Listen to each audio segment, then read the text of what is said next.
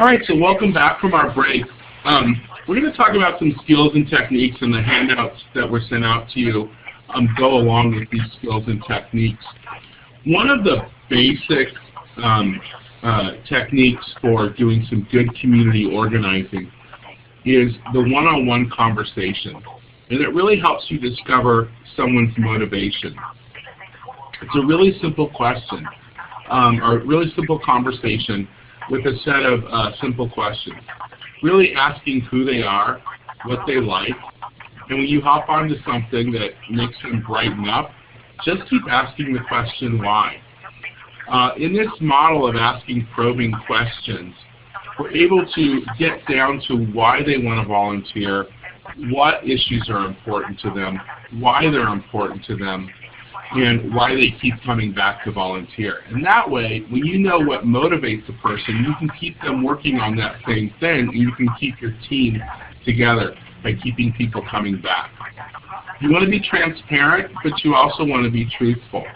You want to be personal and professional. So if you're going to ask questions of folks about, what makes them tick, what's going on in their lives, be prepared to share a little bit about yourself too and what your likes are. You do want to be personable, and you do want to relate to them on a personal level, but you don't want to dig too much because you want to be professional. This is a professional relationship. And then also, you want to do a follow-up one-on-one conversation. One of the first things that I do when I drop into a community and I'm going to start organizing is I find the 2 or 3 people that are active on the issue that I'm going to be organizing around. And I find out from them, who should I be talking to? Who are the people out there that I should be having one-on-one conversations with? And I usually come up with a pretty large list.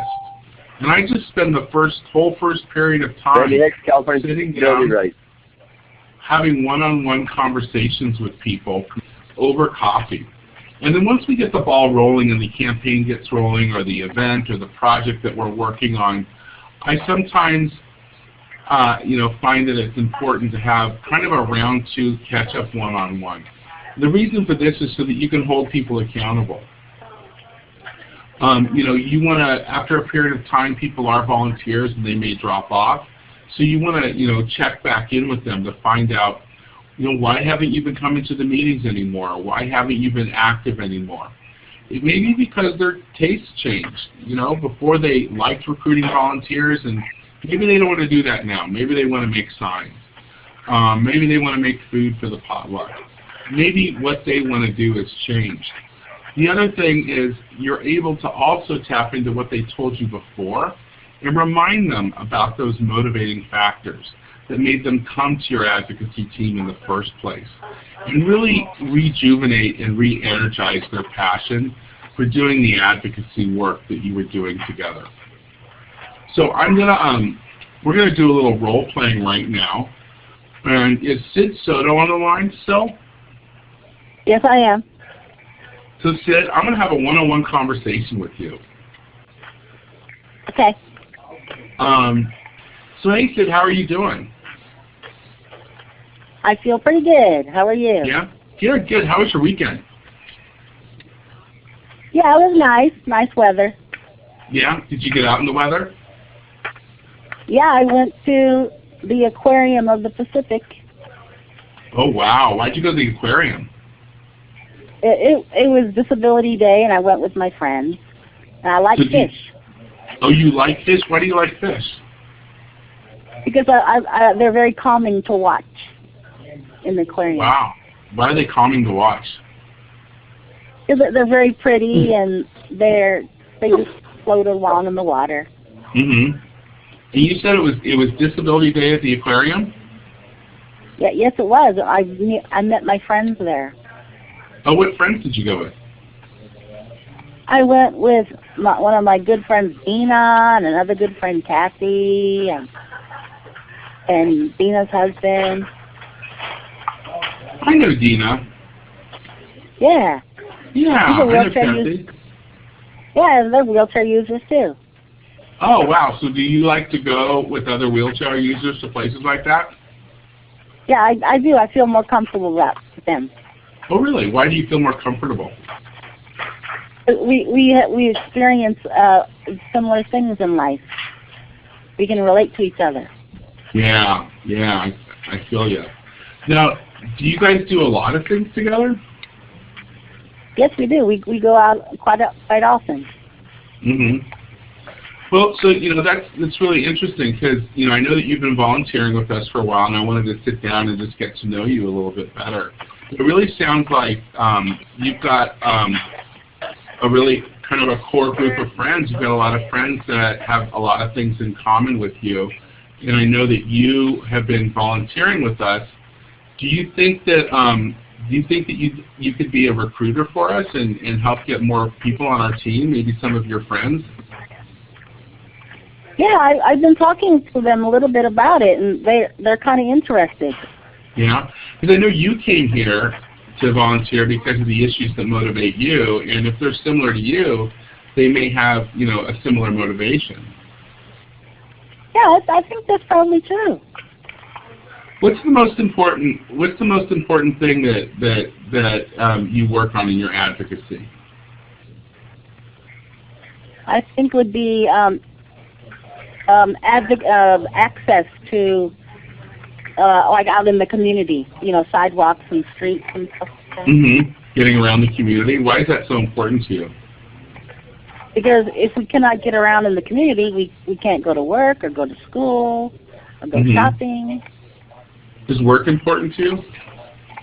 Oh yeah, oh definitely. Mm-hmm. Why is work so important to you? Well, aside from the money, I like helping people.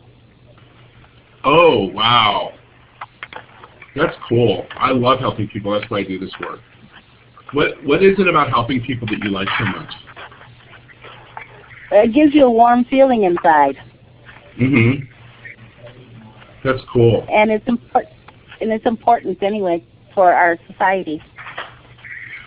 Why do you think it's important for our society? So that it can more people can get together and work together, and everyone will be more happy. Yeah. Do you think that people getting together and working together makes them more happy? I do, because we all work when you work together with other people, it makes life more fun, more simple. You get more work done. Mm-hmm. Yeah, you do get more work done, don't you? It's so much better to do things as a team, right? Than because it's not just one person doing the work. When you've got 5 people doing the work, it goes by quicker. Yeah, it's less frustrating. Yeah, you get more done, right? That's right. And creating change is a lot of work. Boy, is it. You can't do it on your own.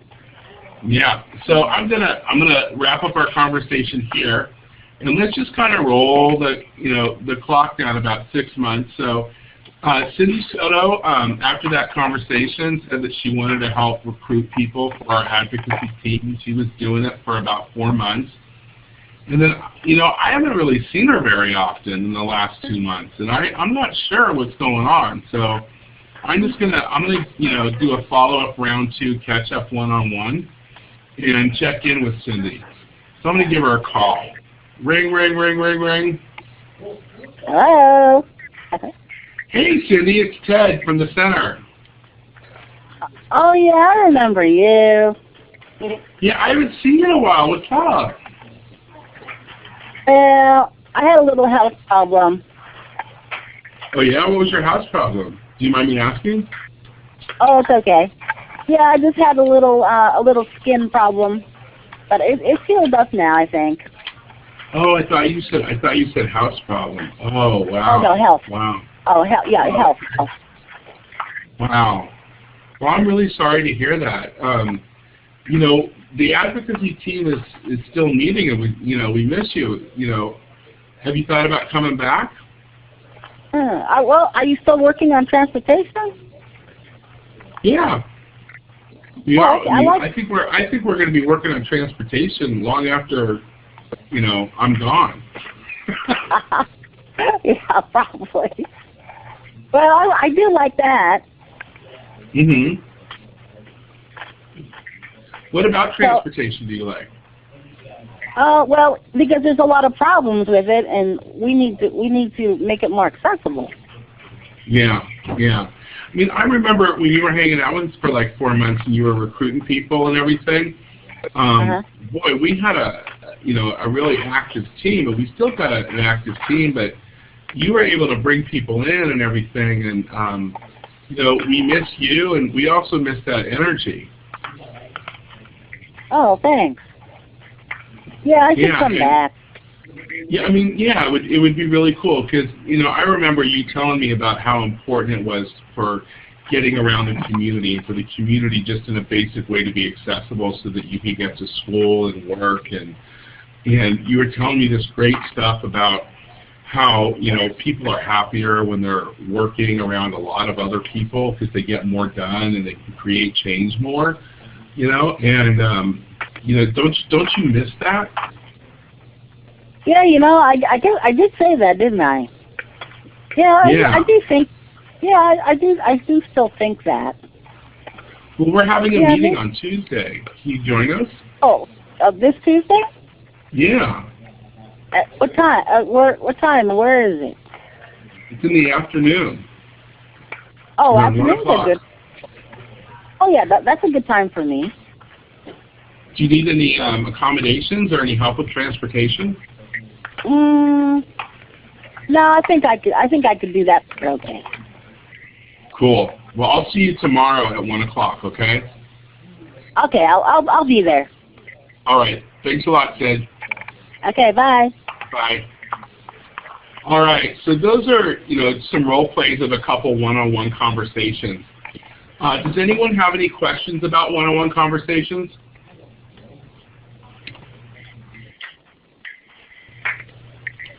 So how many folks here have used this technique to recruit people or to get to know them better, to better place them on their advocacy team?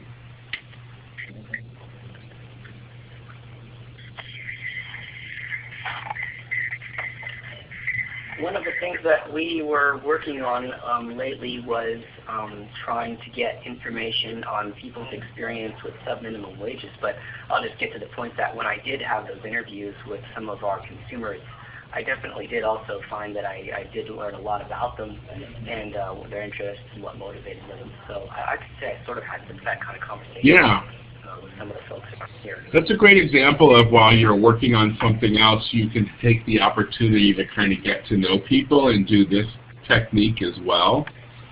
So, I know for a lot of you who maybe work in an independent living center, you may have a whole other separate set of duties or things that you may have to do to interact with people, but you could kind of use this to get to know them and see if they maybe want to come work on the advocacy team or something like that. That's a great example, Justin.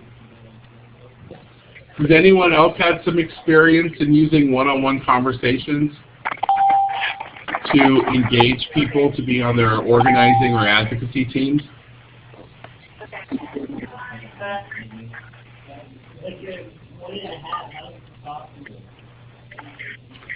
All right, so we're going to go ahead and move forward. And I want to thank Sid Soto. Her name is Cindy Soto, but we call her Sid very fondly here in the network because there's two Cindys, for being our wonderful actress today.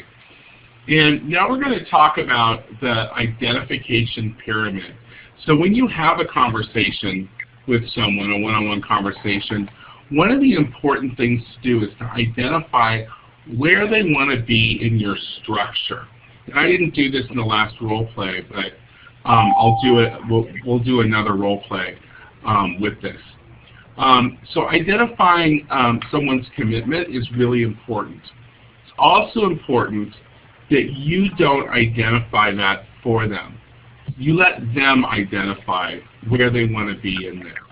So at the top of the pyramid, we do have an image on this slide, and the image is a triangle. And then off of the top of the triangle is the top tier is layered, or is labeled, and then in the middle tier is labeled, and then the bottom tier is labeled. So the top tier are leaders. And that top group of people, we're using a pyramid because they're going to be a smaller group of people. They might only be like 3 to 5 people, but they're leaders who are going to view what they're doing on your campaign as a part-time job. They actually take responsibility and they're responsible for things. And your role is to support them in that responsibility. And then the next tier down is someone who isn't going to take responsibility, but we call them volunteers. And the volunteers are people who interact on a recurring basis. So we see them a lot. The leaders we see every week, but the volunteers, maybe we see them twice a month at the phone bank or going out to do voter registration. They don't want to set things up. They don't want to be responsible for stuff, but they certainly are willing to give you a few hours of their time every other week and be pretty regular with it. And then at the bottom, we have the participant level. And those are folks who, they're not going to take responsibility, but that's okay. And they're not going to volunteer on a regular basis, but that's okay too. But they might interact once, twice, maybe even 3 or 4 times throughout the year on your community organizing campaign. So they may go with your independent living center to Disability Capital Action Day in Sacramento in May. Or they may show up as an audience member for your voter education forum. They may show up at a press conference. And it's important that we not, really gauge people's excitement in the conversations, but we actually ask them to point on this pyramid where they want to be and claim their space for it. The reason is we don't want to get caught up or misled because they sound super exciting. So for those of you who have organizing teams already, maybe some of you who work at independent living centers, can you give us some examples of some people who are leaders, people who take on responsibility?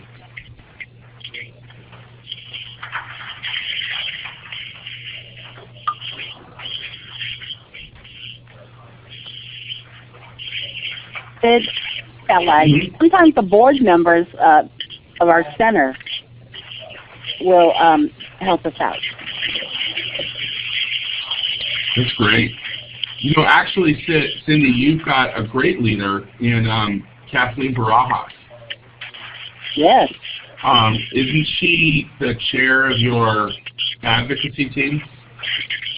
Yes, and she's also on our board of directors, too. So right. And she's also on the Disability Action Coalition. She doesn't represent an organization. She just herself wanted to be on the Disability Action Coalition. And last year she took responsibility for building all of our social media memberships on websites like Facebook and Twitter and stuff like that. So she actually built our Facebook page. And that freed me and other people up to do other work in planning DCAD. Does anyone have any examples of some people who are volunteers, people who interact on a regular basis?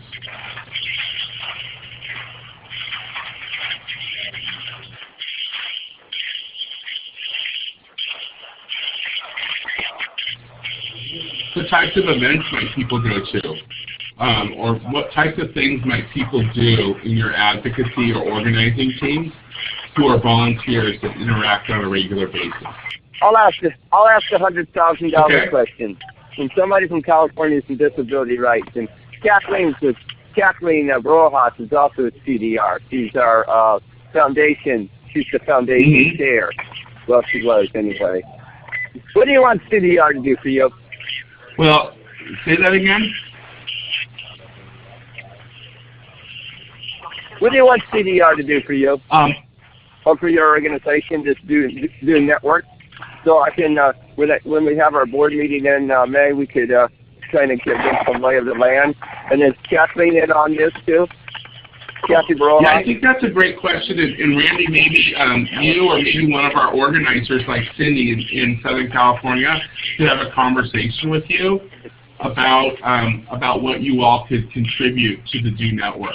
And I think that's maybe a conversation we can have offline. That's kind of why I was on this call anyway. Yeah, that's maybe like yeah, that's kind of why I was on this call. So I want to know what you want CDR to do for you on this DOnetwork. I understand that CFILC seems to be the driving engine behind your network, and it's to work out and help recruit for CFILC. So if that's kind of, I should make that announcement. If that's where you guys were going with this, is to get other nonprofit organizations such as CDR and maybe Disability Rights California to be part of your network. I think that let's hold on to that question, and I can talk to you a little bit later about it. But we're going to continue on with the training. All right, so we're going to do another role play using the pyramid after a one-on-one conversation. So I'm going to ask Cindy to do a role play with me. So hey Sid, I'm so happy and I'm so excited that you're going to be joining our team to do some recruiting and stuff like that. It sounds like we're working on issues that are important to you, and I want to just show you this sort of pyramid that I use to help people kind of decide how much they want to do and where they want to be. So if you think of this pyramid, think of like 5 people being at the top and like maybe 10 in the middle and then 50 at the bottom. And the people at the top are our leaders. Okay. So they're people who actually take on responsibility, and they have, they maybe spend 2 to 5 hours a week working on our team, and it's kind of like a little part-time job, except that it's volunteering, so we can't pay. But they take responsibility for something. So maybe you're responsible for calling and reminding people to come for the volunteer shift or something like that. And then the people in the middle are volunteers. Those 10 people there, and they're people who we interact with on a recurring basis. They come in regularly, like maybe for a few hours, twice a month, every other week. They don't want to take on responsibility because they just don't have the time, or they just don't like responsibility. And so, but they'll come in and make phone calls or stuff envelopes or help us make posters for the rally whenever we need them. And then the folks at the bottom are participants. Excuse me. And the participants are people who, we interact with occasionally. They can't come in and volunteer on a regular basis, but they'll show up for the rally or the community forum. So as you're looking at this pyramid, can you tell me where you think you fit in? Okay, let's see. Well, I do go to your rallies, and I do have some time on my hands, and I like you, Ted. So, do you need any leaders at the top? Like, do you need any leaders? Like, we always need leaders. Come in like every. We always need leaders. Okay. I need to come in every week? Yeah, I think probably every week. Most of our leadership team comes in every Wednesday afternoon, and they come in around 1, and they're here till about 4 or 5 o'clock. Oh, okay. Yeah, I think I have enough time for that. Okay, that sounds great. Yeah, I'd like to help. That sounds great. All right. Well, thank you very much. One of the things that we provide for our leaders is we give them training on leadership skills and stuff like that. So it's not like we're going to expect you to come in and just be like, oh, wow, just do this, do that, We'll give you some training. Oh, good. We'll give you some training on the jobs. And you can, if there's anything you want to learn or want training on, let us know, and we'll provide that training for you. Oh, that would be great. I like learning these. Oh, awesome. Well, I'll see you Wednesday at 1 o'clock. Okay. Thanks. All right, so folks, how did that conversation go? What are some of the things that you noticed?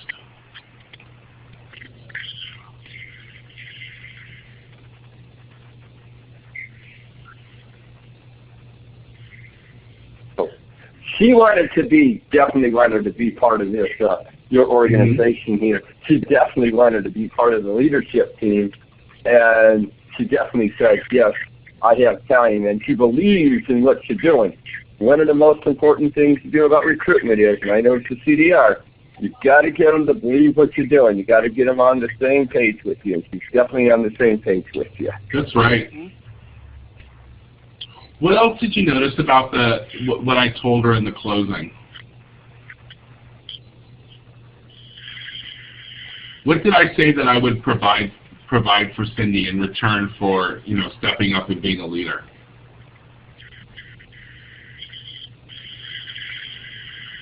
Training, how to do it. How to do it. She said she was a little unsure about it, and you said if you're unsure about it, we'll provide you training and materials to show you how to be an effective leader and what the network does. And that's important too, because if people don't know what they're doing on the outside, they better learn either learn as you go along or you train them. Yes.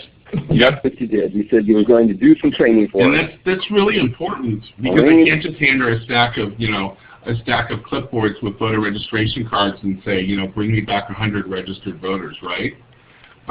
We've got to give her training on how to do it and how to recruit a team and do all of that kind of stuff. And that's great.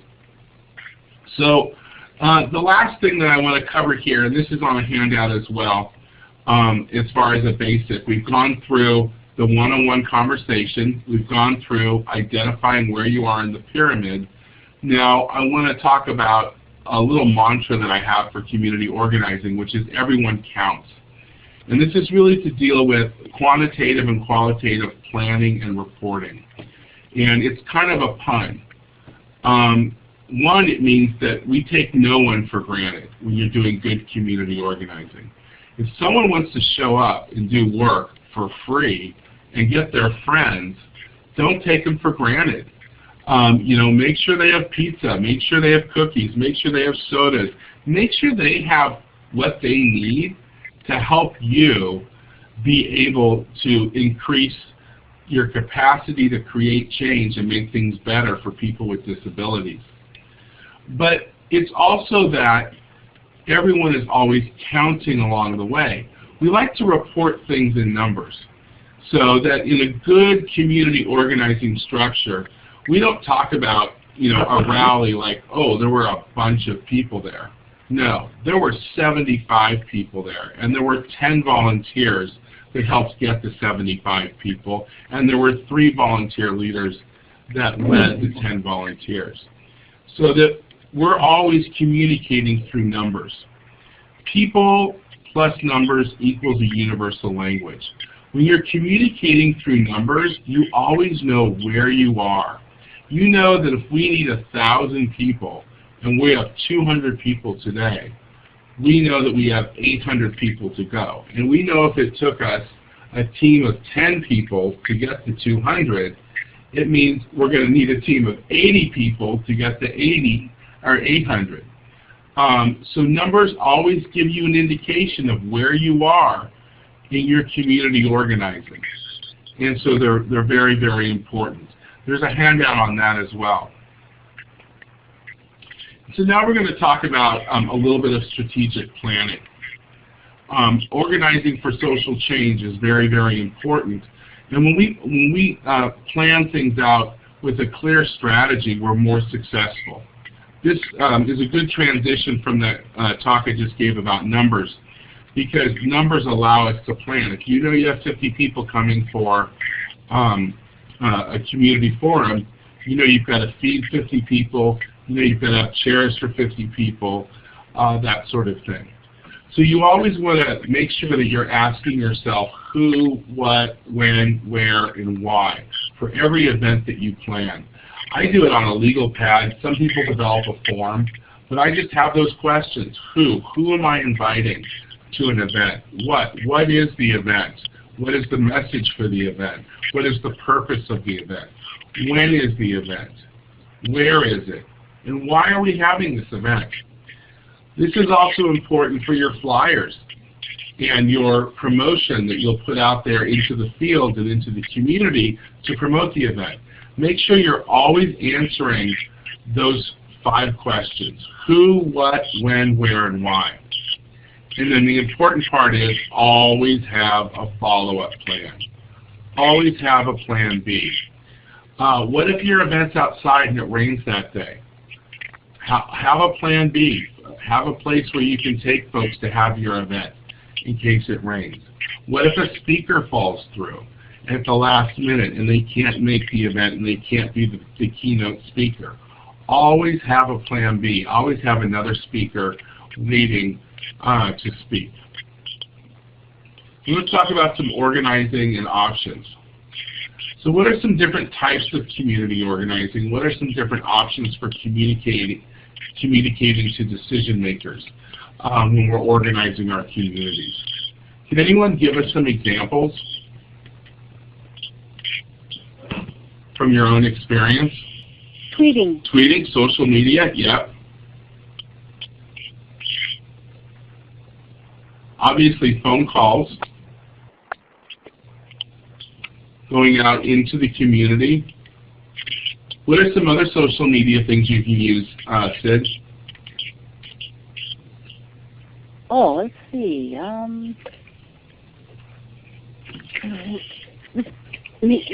Going to meetings, meeting up with people, passing out flyers. What's another social media tool other than Twitter? Social media. Oh, sorry. Oh, you got Facebook. It's very popular.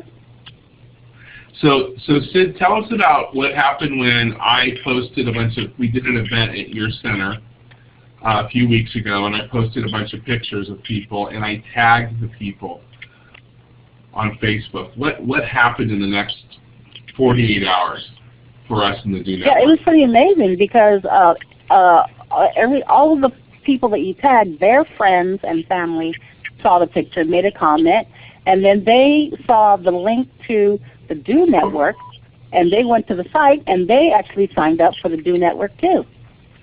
Right, and so we weren't even doing a direct ask, because a lot of times we go to festivals or outreach events, and we ask people directly to sign up for the DOnetwork. All we did was post photos and tag people. And so social media can be a great organizing option for us. All right, moving along here. Now we're going to talk about sharing your personal story.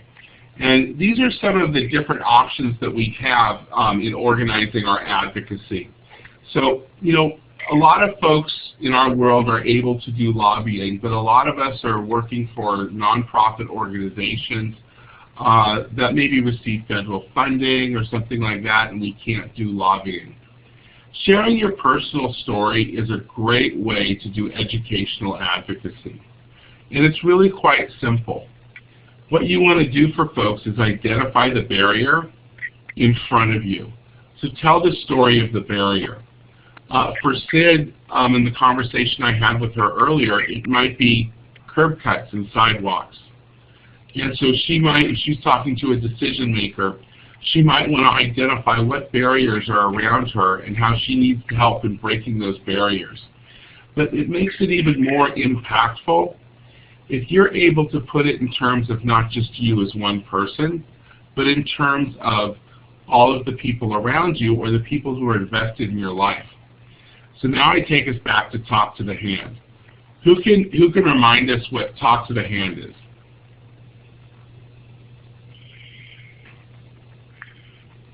Who's in talk to the hand?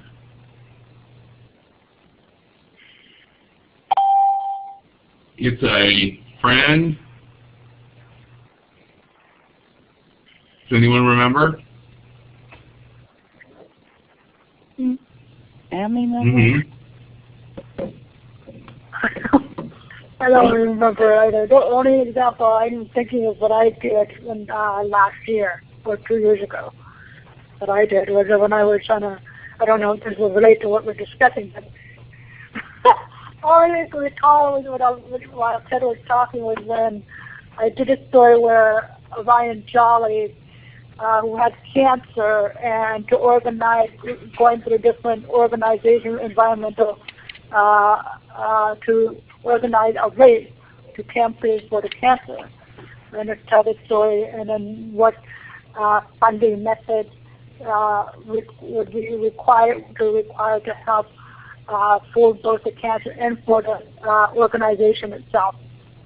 And it would network throughout the social network. I went to the schools. It went to Golden Gate Park, all over San Francisco. That's great. So you tied it into you tied it into how it affects you personally. So when we talk about talking to the hand, we're talking about the people around us: a friend, a family member, a coworker, a neighbor, a caregiver.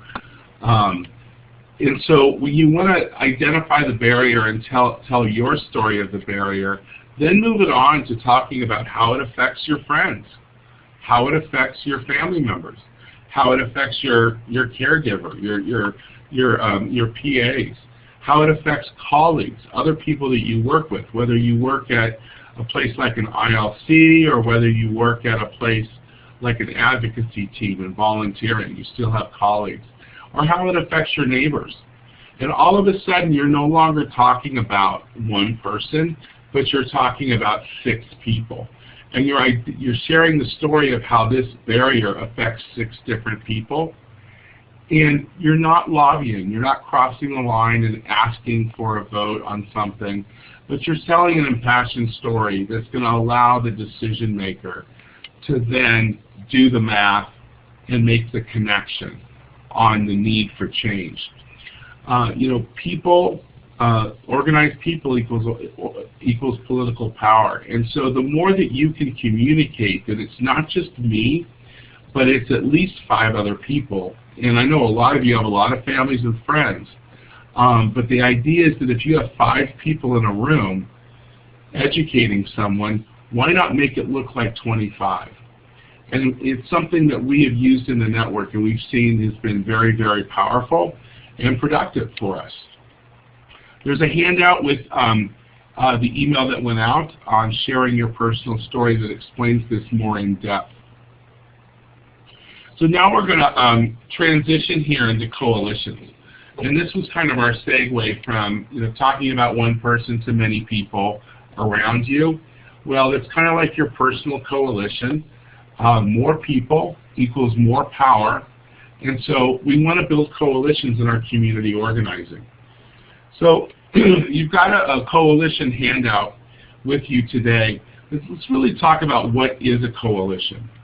Coalition is an organization of organizations. It's kind of strange, isn't it? It's not just you and your friends, but it's an organization that is made up of representatives of several different organizations, and they pull their power together to become even more powerful.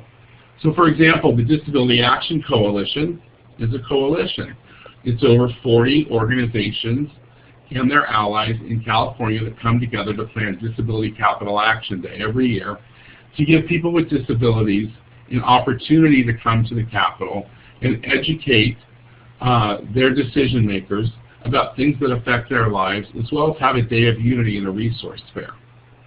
It's a relationship between communities with a shared interest. So for example, on the Disability Action Coalition, many of those organizations are different. Some are independent living centers, some are unions. Some represent people with disabilities, some represent the caregivers of people with disabilities. But they all come together with a shared interest in bringing the community together. Can anyone give us some examples of coalitions in your areas?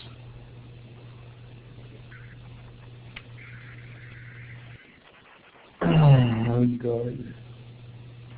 Is Mark Ramoser still with us? Hello. Do you want to talk to us about the South Bay Partnership, Mark?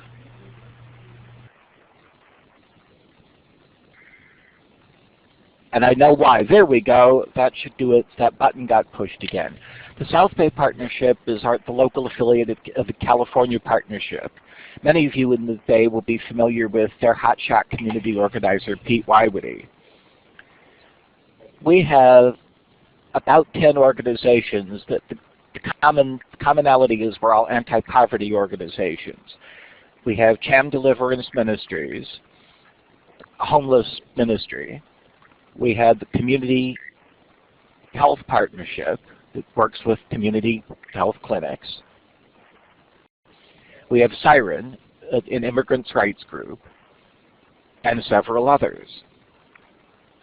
We do lots of joint budget actions. We did one on the day of the official budget release, even though it had already been leaked. And we've gotten the meetings are held here because neither Todd Texera nor myself drive. So it's just as easy for everyone else to get here.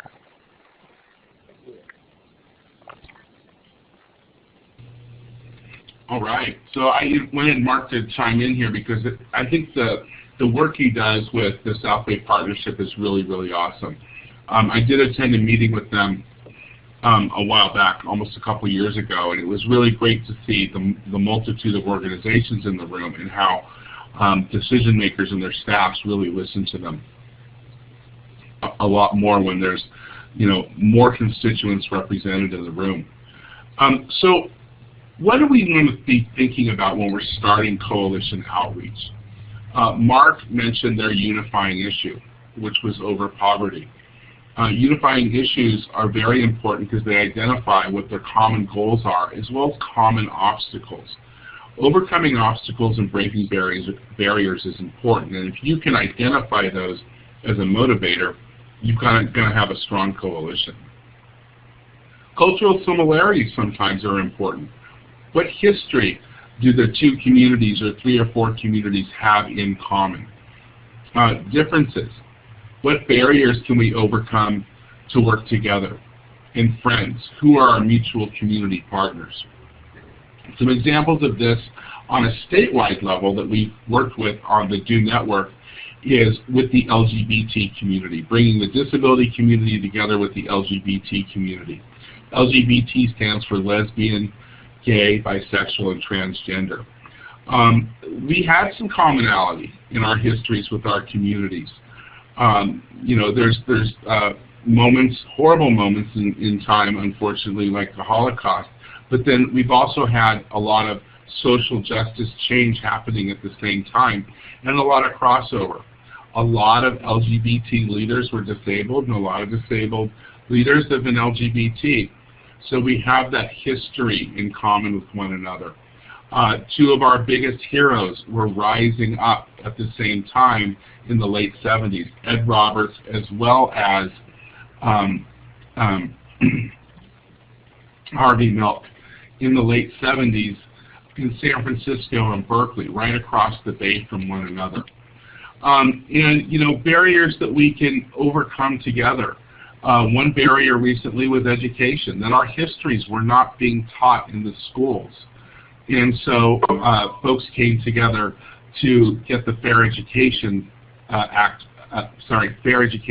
passed to make sure that both of our histories were being taught in schools, and have worked continuously on that common goal of implementing that education into classrooms. Can anyone give me some examples about some other coalitions that they've worked with and what those unifying issues were, the cultural similarities, differences or barriers to break and overcome together?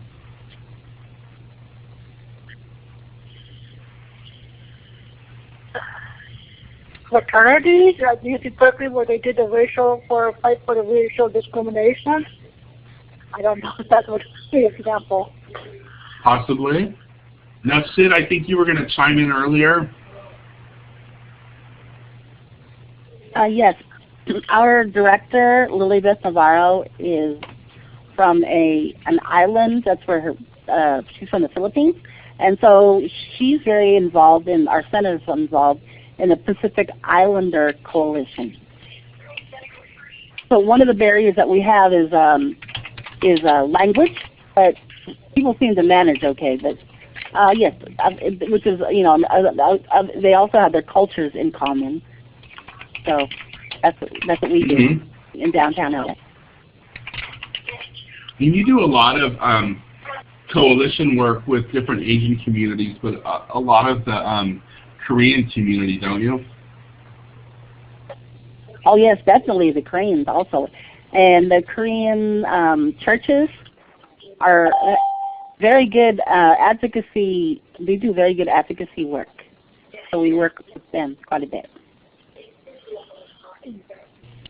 That's great. So folks, check out the handout. It's going to go a little more into depth into coalitions.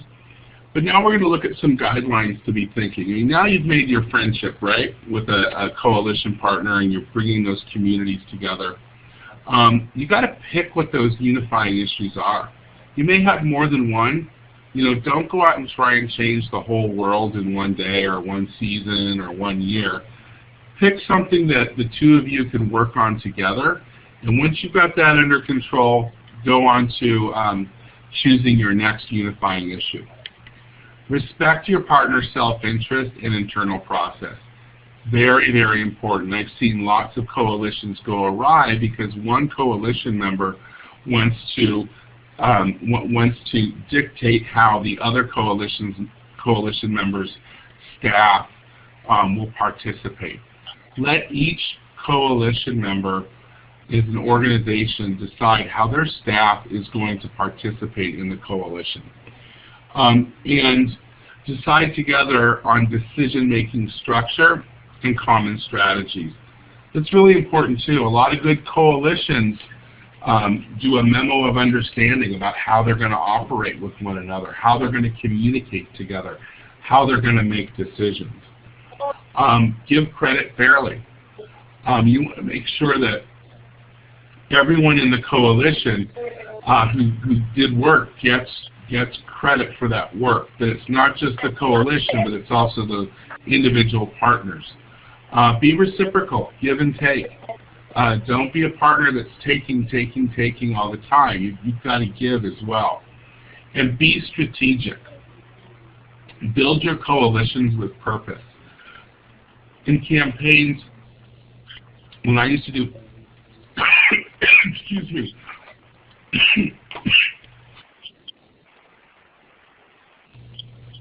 when I used to do political campaigns, there was this sort of triangle that we used to use for building our coalitions between civic, faith, and business.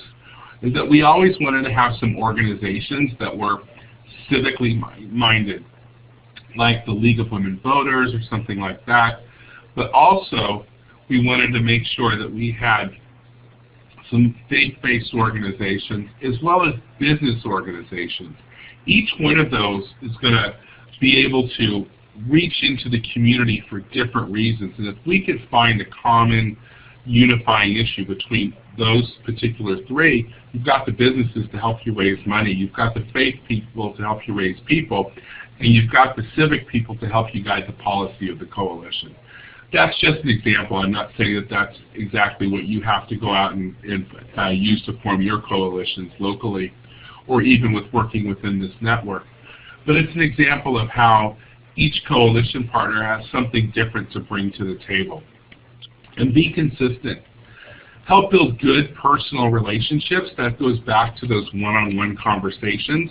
So when you're working in coalition with another group, have one-on-ones. Invite people to coffee, or take 5 or 10 minutes at the beginning of the meeting. Get there early, or stay 5 or 10 minutes extra just to talk to people and get to know them. And again, formalize your agreements. So if you can do a memo of understanding, or if you can write up some rules, that would be really beneficial for you down the line. All right.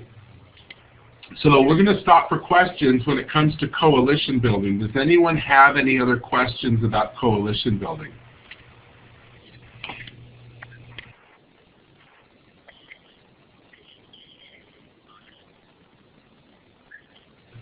Great. And so now we're going to be wrapping up here in just a moment with network communications and social media. So there is an Access Now listserv. It allows members across the state to connect and to discuss different facets of the Access Now campaigns. It's open to the community. Statewide communication, collaboration, networking, information sharing, and housekeeping for the Access Now campaigns happen on that particular listserv. We do have some listserv guidelines, and when you sign up for the listserv, we send those guidelines out to you. And to join, it's really simple. You can go to disabilityorganizing.net/listserv and just fill out the little form, and we'll get you signed up for that listserv. We also have an interactive website, which is disabilityorganizing.net. On the screen here, we have a picture of our website, a couple pages from it. And there we've got all sorts of resources, information, alerts. It's where we have information for our Access Now campaigns, Access Now Summit sign up. We've got a voting page. We've got places where you can join the Do Network and send your friends. Plus, things about Ed Roberts Day, history of the network, all sorts of resources and information. And of course, we're also, as Sid told us earlier, on Facebook. And our Facebook name is DOnetwork.org. So if you go to www.facebook.com/DOnetwork.org, you can check us out on Facebook. How many folks here, we can do like a show of hands, the raised hands function on the webinar. How many folks are signed up on our Facebook page? How many people are our friends on Facebook page?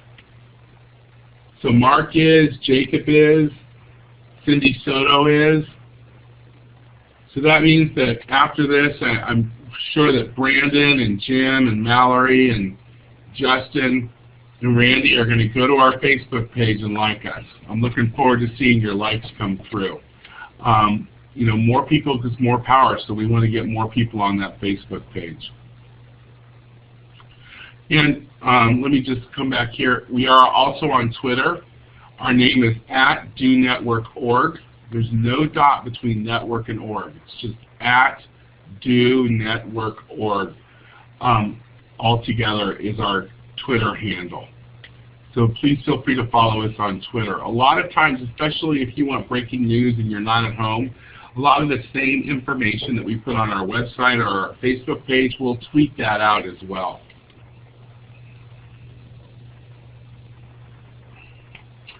All right, and any other final questions about our social media or our website?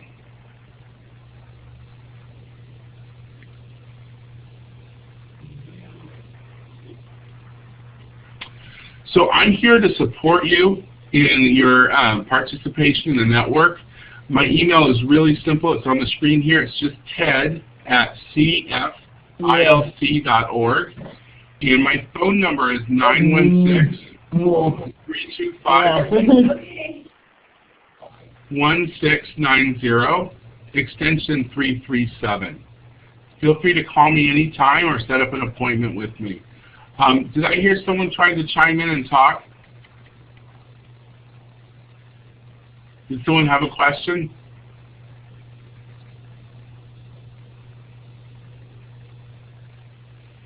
All right, so please do check us out on the web, our interactive website.